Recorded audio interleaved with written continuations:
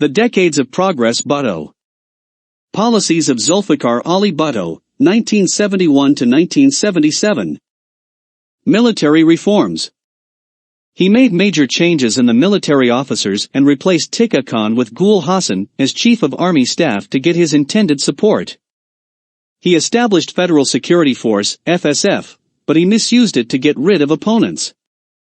Constitution of 1973. In 1973, a new constitution was introduced and approved that received zero criticism from Ulemas. This constitution states that Pakistan, being an Islamic republic, can only appoint Muslim prime minister and president. Jamat-e-Islami also gave their approval on it.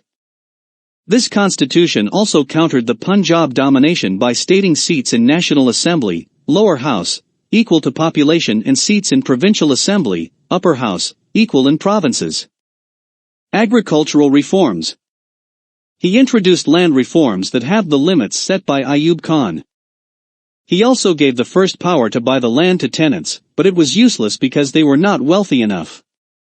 Health reforms. He established basic health units and rural health centers in the rural areas that provided free health care.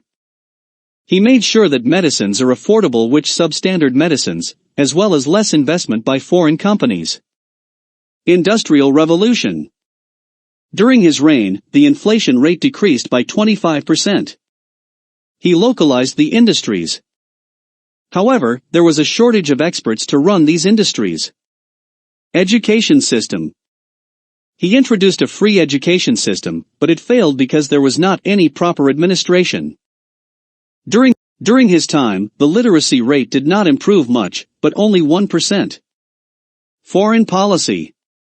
He signed the Simla Agreement with Indira Gandhi, the Prime Minister of India, for the release of the war prisoners of 1971, as well as recovered the Pakistani territory held by India.